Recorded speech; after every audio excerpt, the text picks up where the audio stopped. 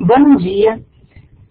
Estamos iniciando a nossa conferência da disciplina de análise de investimentos e nós elaboramos um pequeno resumo das unidades 1 a 4. Essas unidades se preocuparam inicialmente com o valor do dinheiro no tempo e com as técnicas básicas de análise de investimentos. Os primeiros conceitos básicos que a gente deve recordar é o conceito de investimento, que é o que norteia a nossa disciplina. Investimento é qualquer instrumento em que os fundos podem ser aplicados com a expectativa de que gerarão rendimentos e ou preservarão ou aumentarão seu valor. Na verdade, quando você aplica qualquer recurso visando aumentar um patrimônio, garantir um valor ou até um rendimento, a gente considera um investimento. Pode ser um investimento financeiro em alguma modalidade do mercado financeiro, ou pode ser um investimento produtivo, a compra de um equipamento, a instalação de uma empresa, o desenvolvimento de um novo produto, qualquer orçamento de capital, como a gente chama, que pode gerar algum rendimento para a empresa ou para a pessoa. Toda vez que a gente fala em investimento, a gente vai ter a dicotomia risco e retorno. Todo investimento, a pessoa que investe, ela pretende ter algum retorno. Ela pretende ter que, no futuro, né, num futuro próximo, num futuro um pouco mais longínquo, tenha um montante a receber que compense o investimento realizado. Isso a gente chama de retorno. Mas todo tipo de investimento tem um certo risco, porque tem uma incerteza quanto à garantia desse retorno. Então, risco é toda a possibilidade de perda que o investimento pode gerar. Balanceando essa dicotomia risco e retorno, é que a gente vai tomar as melhores decisões para os seus investimentos. As primeiras unidades da disciplina, elas recordam alguns fundamentos do cálculo financeiro. O primeiro pilar de qualquer gestão financeira, seja com investimentos, seja com financiamentos, seja com apenas a administração financeira, é o valor do dinheiro no tempo. A gente precisa entender que o dinheiro, ele não tem um valor constante. Por quê? Porque a gente tem que pensar que o investidor, ele tem que projetar o lucro desejado, ele tem que levar em consideração o risco da operação e ele tem que levar em consideração as despesas operacionais para a formalização, por exemplo, de um empréstimo que vai viabilizar o financiamento desse investimento. E quem está pegando dinheiro emprestado precisa pensar que conseguir esse dinheiro hoje vai te gerar um custo, né, que é o custo do amanhã, como a gente diz. E esse custo a gente chama de juros. Então, juros é a remuneração do capital empregado e, como Eduardo Gianetti diz, é o valor do amanhã. Independente se a modalidade que você está considerando incide juros, a gente precisa considerar os juros da oportunidade daquele investimento ou daquele financiamento. Para a gente poder entender isso, a gente faz uma revisão nas primeiras unidades dos regimes de capitalização. Existem 10 regimes de capitalização, o simples e o composto. O regime de capitalização simples é aquele em que os juros de cada período são calculados apenas em cima do capital.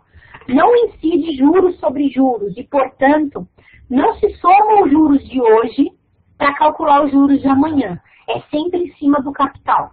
Já o regime de capitalização composta é como popularmente se diz os juros sobre juros, em que se precisa somar os juros de hoje ao capital para que se calcule os juros de amanhã. A gente chama isso de capitalização dos juros.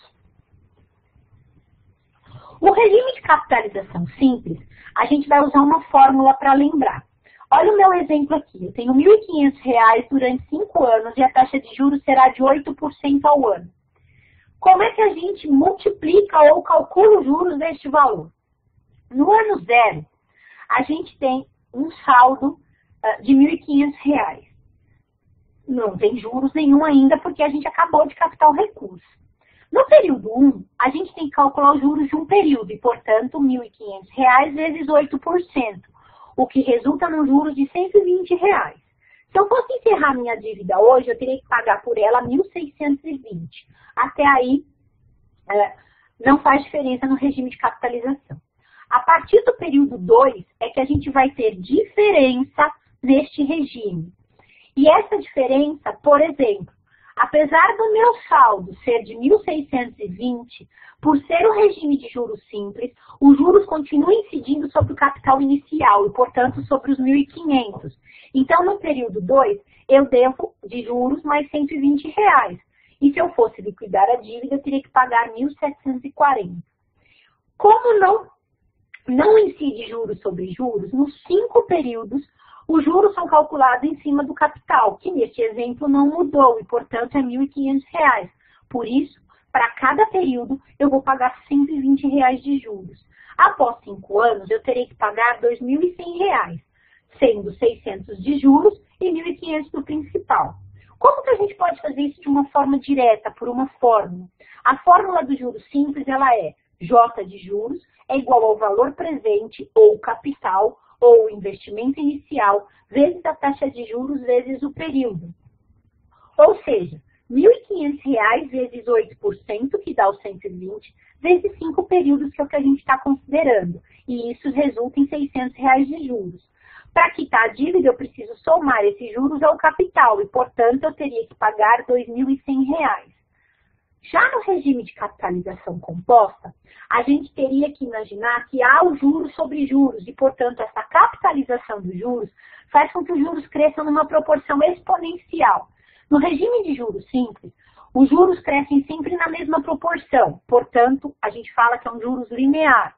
No regime de juros compostos, os juros crescem numa proporção um pouco maior e, portanto, a gente diz que ele cresce de forma exponencial. Olha o nosso novo exemplo. Eu tenho R$ 1.000 durante 4 anos a 20% ao ano. No regime de juros simples, 20% de R$ 1.000 é R$ 200. R$ 200 por ano, vezes 4 anos, R$ 800 de juros. Nos juros compostos, eu não posso fazer essa conta tão direto. Por quê?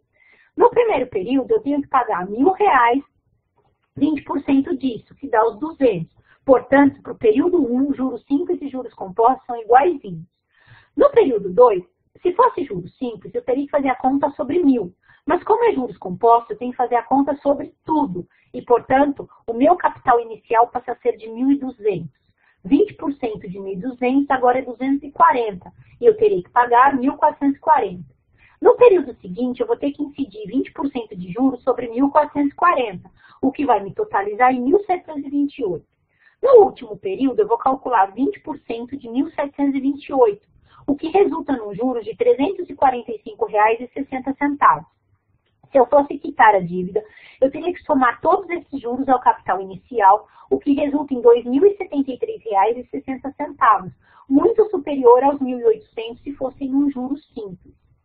Desse modo, os juros compostos a gente pode também fazer por uma fórmula. E a fórmula é valor futuro, ou montante, ou valor final, é igual ao valor presente, ou capital, ou investimento inicial, vezes 1 mais a taxa de juros elevado ao período. Vamos voltar ao nosso exemplo. No nosso exemplo, a gente tinha R$ 1.000 de capital inicial, 20% de juros e 4 períodos. A primeira coisa que a gente tem que levar em conta é que a taxa está ao ano, o período tem que estar ao ano. No nosso exemplo, são 4 anos. Fazendo a conta, nós teríamos R$ 1.000 vezes 1 mais 0,2, que é 20% em decimal, elevado a quarta. Isso resulta diretamente nos R$ 2.073,60. Essa fórmula é extremamente útil para a gente não ter que fazer essas tabelas tão extensas. Já pensou se fosse 60 parcelas, 60 períodos? A gente teria que fazer uma tabela de 60 linhas. Com a fórmula, a gente vai direto ao período que nos interessa. Uma coisa importante é que em juros compostos eu não posso fazer igual aos juros simples. Por exemplo, em juros simples, 2% ao mês são 24% ao ano. Basta multiplicar por 12, porque os juros são proporcionais. Os juros crescem sempre na mesma proporção. Em juros compostos, por conta do efeito dos juros sobre juros, eu não posso fazer essa multiplicação. Eu preciso encontrar a taxa equivalente. Por exemplo, já vou afirmar que 2% ao mês representam 26% ao ano em juros compostos. Como é que eu fiz essa conta? Usando a fórmula da taxa equivalente, que está na unidade 2 da nossa disciplina. A fórmula é essa daqui. A taxa que eu quero é igual 1 mais a taxa que é dada, a taxa que você tem, elevado à proporção de períodos, o período que eu quero dividido pelo período que eu tenho. Por exemplo, eu tenho 2% ao mês e quero transformá-lo em 1 ano. Eu tenho uma taxa para 1 mês e quero a taxa proporcional para 12 meses, que é 1 ano. Nossa fórmula ficaria 1 mais 0,02, que é 2%, elevado. Eu quero para 12 meses, que é 1 ano, e tenho para 1 mês, menos 1. Isso dá 1,02 elevado a 12, que resulta em 1,2682. Menos 1 da fórmula, isso me resulta em 26,82%. Por isso, a juros compostos, as taxas de juros são superiores do que a juros simples, porque não há proporcionalidade, sim a equivalência. Depois disso, a nossa unidade fala sobre séries uniformes. Ela apresenta fórmulas de prestação, de PMP, como se diz na matemática financeira.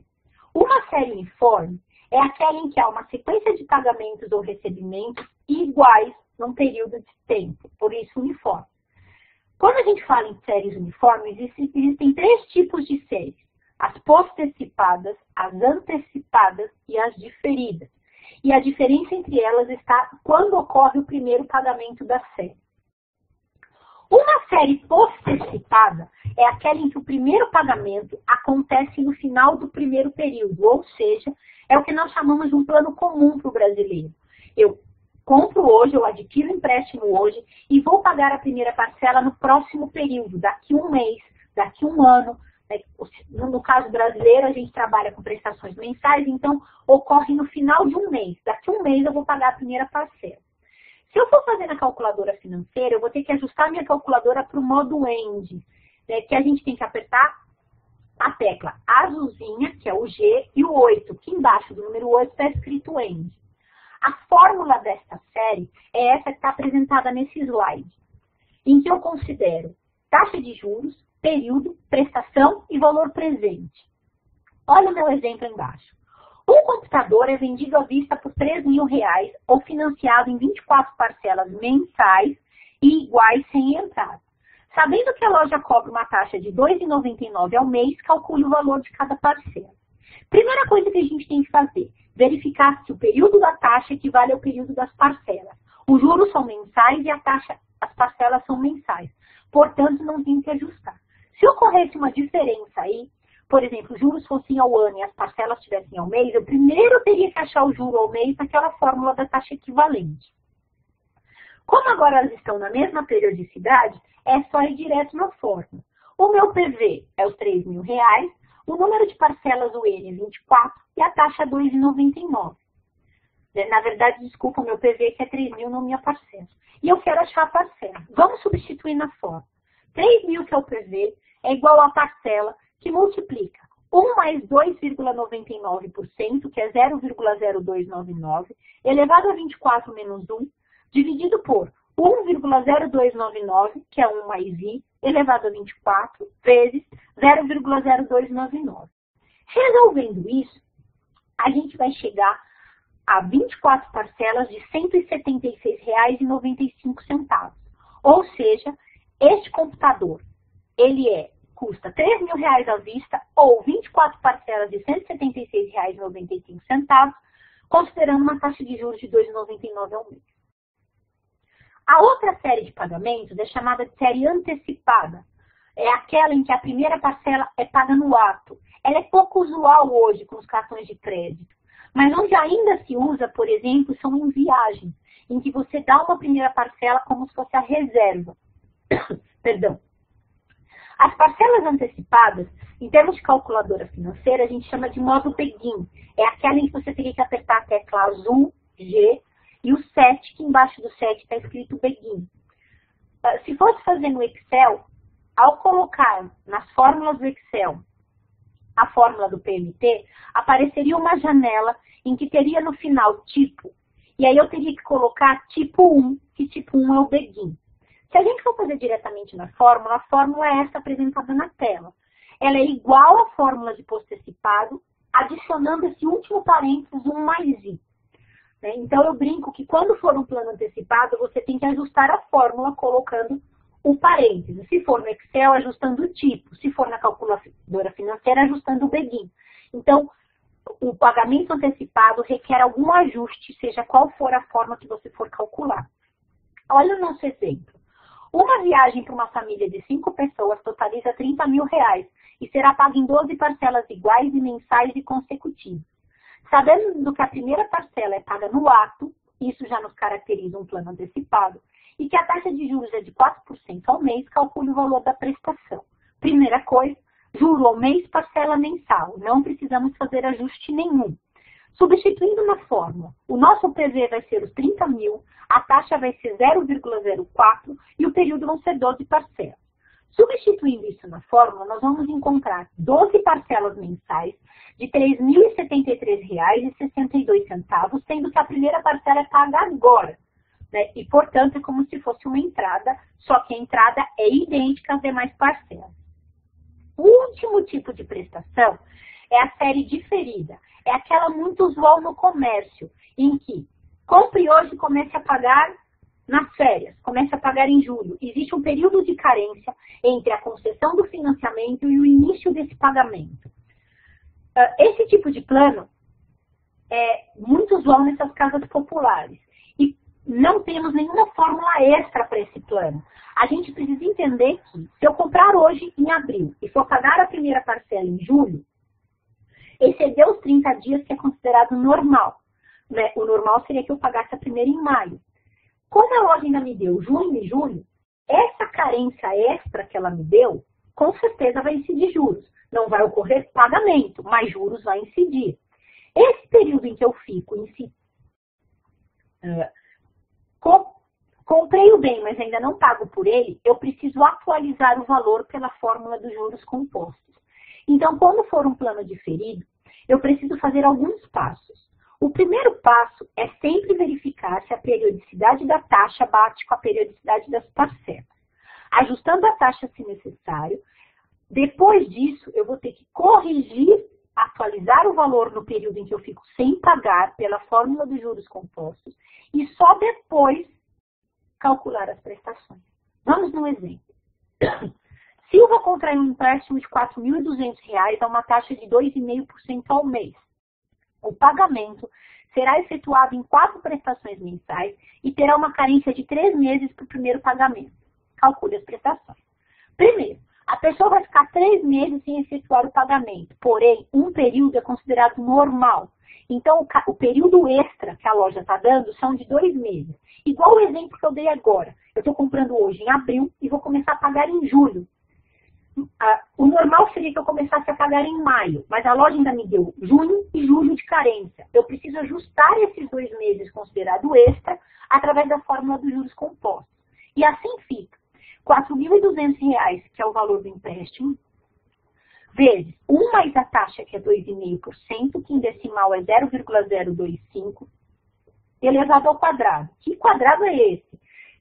Lembrando, é o período extra que a loja te deu por você começar a pagar somente em julho. E isso, atualizado, dá 4.412. Em cima dos 4.412 é que eu vou calcular as prestações. Então, o meu PV ficaria 4.412, as parcelas são 4 e a taxa é 2,5. Substituindo na fórmula da prestação postecipada, eu vou chegar numa prestação de R$ 1.172,96. Ou seja, se fosse uma propaganda de uma loja, seria: compre hoje à vista R$ 4.200 ou a prazo em 4 parcelas de R$ 1.172,96, com a primeira parcela apenas em julho. Então, seria esse o tipo de prestação diferida. É muito importante a gente entender isso, porque quando a gente financia, para que nós pequenos os nossos financiamentos, muitas vezes a gente precisa pegar recursos. E a gente vai usar um desses tipos de financiamento. Provavelmente um desses 3 tipos de prestação para pagar. E a gente precisa ter essa consciência do qual é o juros que está embutido nessas prestações para depois calcular o retorno deste investimento. A terceira unidade já trabalha o investimento em si. Você aplicando as técnicas de análise de investimento. Essas técnicas são basicamente 3, o payback, a VPL e a TIR. O payback mede o retorno de um investimento em termos de tempo. Em quanto tempo o capital investido retorna para o seu investidor. O VPL, chamado valor presente líquido, ele é o retorno monetário. Ou seja, eu pago meu investimento inicial e me sobra ou não algum valor. E a taxa interna de retorno, ou TIR, me dá o retorno do investimento em percentual, em taxa. Vamos ao primeiro. O payback é um método mais popular, porque é o método mais simples. Ele nos dá o tempo necessário para a empresa recuperar o seu investimento. Olha o meu exemplo. Eu estou investindo hoje R$250 mil para comprar uma máquina, por exemplo. E aí eu vou projetar que essa máquina me dá X de retorno no mês 1, no mês 2, no mês 3. Então, por exemplo, eu vou ter 500 mil de projeção de vendas com essa máquina. Só que eu também vou ter gastos com essa máquina. Então, por exemplo, eu projetei que eu vou gastar 430 mil com essa máquina. 500 de entrada menos 430 de despesas me resulta num saldo do fluxo de 70 mil. Então, os 70 mil no ano 1 é o saldo considerando as receitas entradas projetadas e as saídas despesas projetadas. Eu trabalho sempre com saldo. E eu projetei esse fluxo, no meu exemplo, para 5 anos. Vou transferir esse mesmo fluxo para o próximo slide. Por exemplo, se eu fizer, 250 mil é o que eu devo, que é o que eu investi. Entram 70 mil no primeiro ano, 250 menos 70 mil, faltam 180 mil.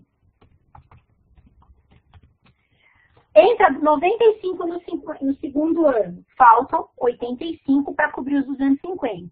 No terceiro ano, entram 115, sobram 30 mil. Opa! Eu já sei que no terceiro ano eu já tenho meu capital recuperado.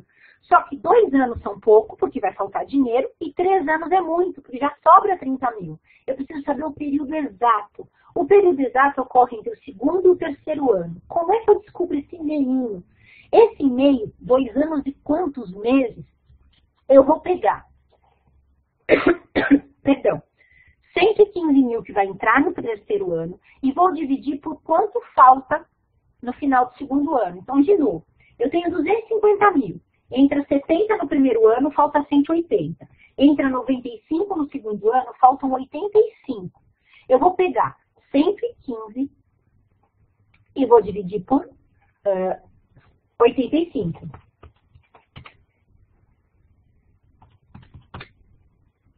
Eu vou pegar, os 85 que estão faltando e vou dividir pelos 115.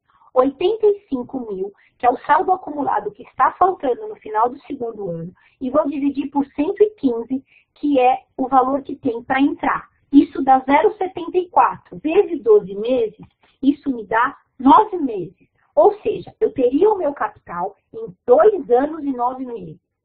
Qual que é a vantagem deste método? Porque ele é muito simples. Mas qual que é a desvantagem?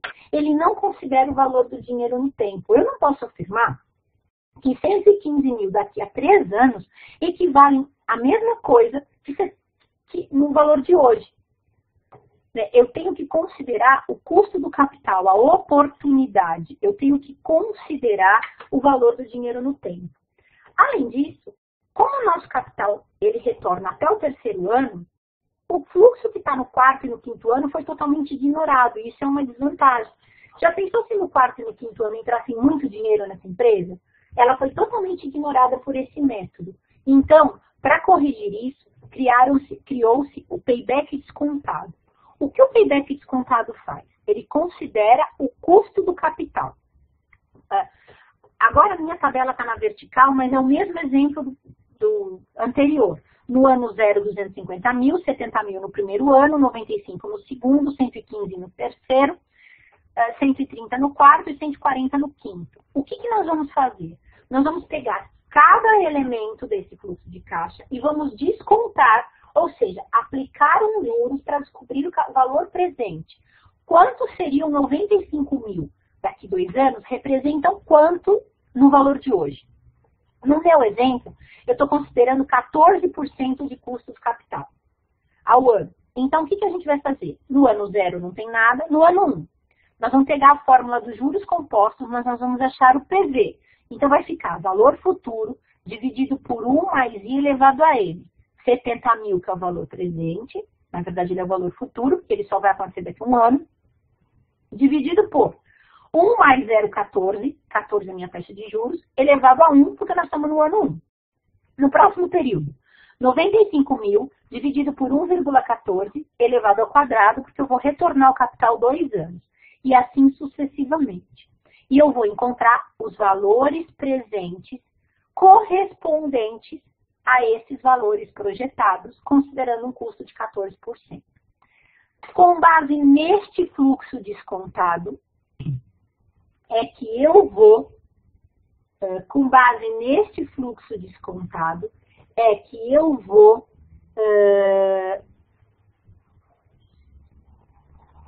fazer de novo a técnica do payback. Então, vamos fazer aqui do lado. 250 mil, a última coluna, por favor. 250 mil reais, na data de hoje, é o que eu devo. Eu devo 250 mil, que foi quanto eu investi nesse projeto.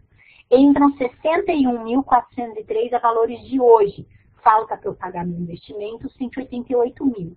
188 mil, no próximo ano está projetado entrar 73 mil. Faltam 115. No próximo ano está projetado entrar 77. Faltam 37. No próximo ano está projetado entrar 76. Oba! No quarto ano começa a sobrar dinheiro. Mas eu preciso de uma exatidão. Então eu vou fazer o que eu tenho para entrar, né? Eu vou pegar o que falta, 37 mil, e vou dividir por quanto tem para entrar, que é o 76. Ó, voltando para o slide, eu vou pegar o último fluxo negativo, que era os 37 mil acumulado, e vou dividir pelos 76 mil, que é a minha previsão de entrada. E eu vou ter que retornar o capital em 3 anos, 0,49 vezes 12 para transformar em mês, dá aproximadamente 6 meses. 3 anos e meio para ter esse capital recuperado. Se você entrar em qualquer site de franquia, você vai verificar que são 3 anos e meio, sempre aparece no site da franquia, retorno do capital em 40 meses. O que significa isso? O payback descontado. Qual que é a vantagem disso? Ele resolveu o problema do dinheiro no tempo, ele se tornou uma técnica mais precisa do ponto de vista do dinheiro. Porém, ele ainda desconsidera os fluxos a partir do quarto ano. O que vier depois é como se não interessasse. A técnica mais completa é a técnica do valor presente líquido. O valor presente líquido é o valor presente de todos os fluxos do projeto, considerando o custo. Na verdade, ele é a soma de todos os valores presentes. Como a gente acabou de calcular o valor presente para fazer o payback descontado, estou copiando a mesma tabela. Então, eu vou voltar lá no slide, peço desculpa desse vai e vem, ó. 250, 188, 115, 37, 39 e 111. A última coluna é a que eu vou transportar aqui para o meu VPL. Eu tenho o fluxo de caixa original, o descontado que a gente calculou na fórmula dos juros compostos e o acumulado deste descontado. O valor presente líquido é a última linha deste descontado, acumulado. Ou seja, esse 111, 806,70 é o valor presente líquido. O que ele significa? Que eu pago os 250 mil, eu pago o custo do capital de 14% e ainda me sobram a valores de hoje 111.806 reais e 70 centavos.